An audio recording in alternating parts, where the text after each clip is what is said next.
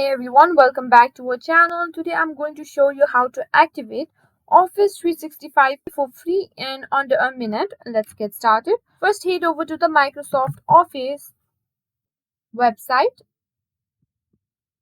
and sign in with your account.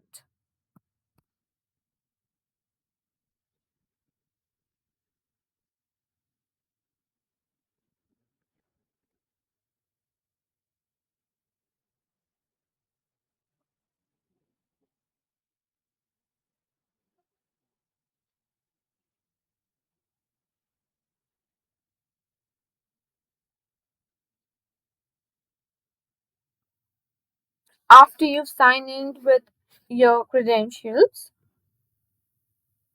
now go to the services and subscription section in your account settings.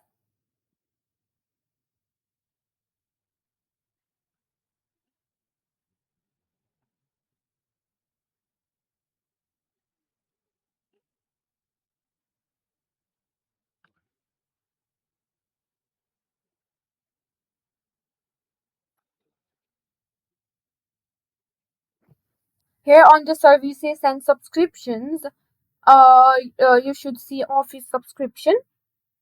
Click on Install Office to download this setup file. Download and open the setup file.